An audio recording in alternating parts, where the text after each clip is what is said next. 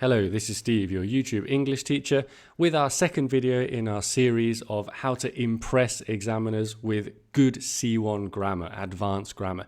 Today we are looking at inversion, a common one that students often struggle with. So we're going to start by talking about why you would want to invert your sentences. When do we use this? Well, it's all about emphasis. Maybe I can show you an example here. The hotel was dirty and the staff were rude. Okay, sounds bad. But what if I were to say, not only was the hotel dirty, but the staff were also rude? Wow, not just one thing, but two problems with the hotel. They need to make a complaint about it and knock it down. This is awful. So I'm emphasizing the fact that there's a second problem with not only. Or we could say, I have rarely seen such an action-packed film.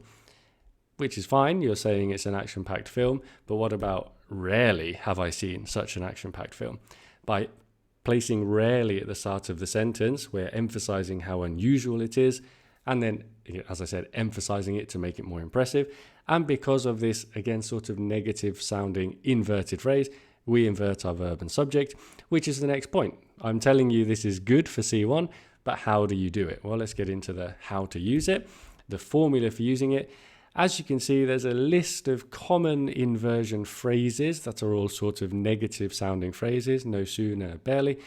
And the point is you are inverting the subject and the verb or the auxiliary verb as if you're asking a question when you follow these phrases, which are sort of negative phrases. That's why they're inverted, because it's like negative and question sort of go together in English, don't they? Little explanation of these then. No sooner had something happened than something else happened means it happened immediately after. And you'll notice no sooner had it happened, not it had happened. That would be the regular subject verb object construction. It had happened. But we say no sooner had it or X happened than something else happened. That is the inversion. And you're going to find the same with all of these structures. Seldom have I seen such an intelligent student, such a great class. This is what I always say to my class when I'm teaching inversion. It's have I seen, like a question, not seldom I have, no, seldom have I. And I think these are all pretty clear based on their common words. The tricky part is this inversion of subject and verb, which we don't normally get in English unless it's a question. And even then, some people struggle with it because not many languages invert like this for questions, do they?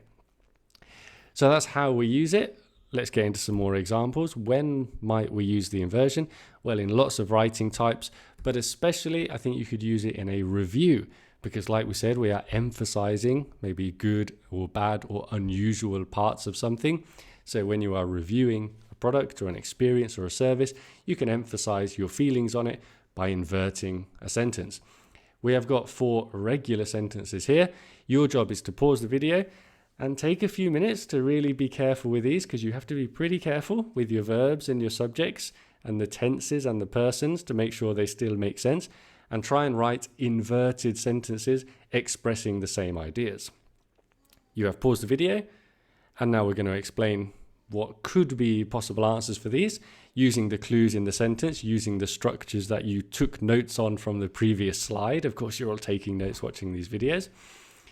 Well, the first one, for the first sentence, something is rare, so we're going to say rarely. And this is where it's a bit difficult. You need to make a question about a book that reaches a wide audience. It's a regular verb, reach, so the question auxiliary is does. Does the book reach a wide audience?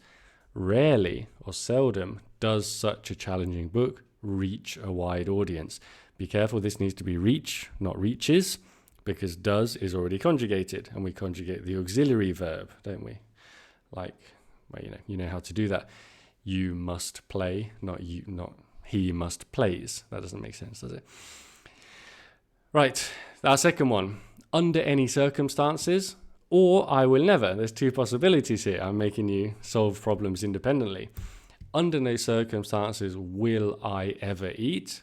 This needs to be ever because you've already got no for the negative. So under no circumstances will I.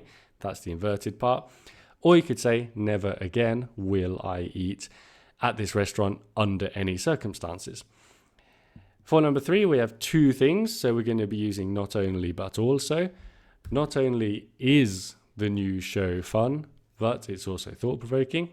Is the new Netflix show fun? Like the new Netflix show is fun. Inversion. And finally, as soon as, this is going to be no sooner. No sooner had we arrived, that's inverted, than we knew we were in for a treat because the hotel was great. That's the point of my review. So you've had a bit of practice. Now we're going to finish with your homework, which is to write a review of a shopping centre in your town using lots of inversion. You're going to be writing about the leisure, the retail and the dining facilities and your experience. And you're going to be using all the inversion that you can. 1 in every paragraph is your goal. For example, your introduction might use this nice phrase we just learned.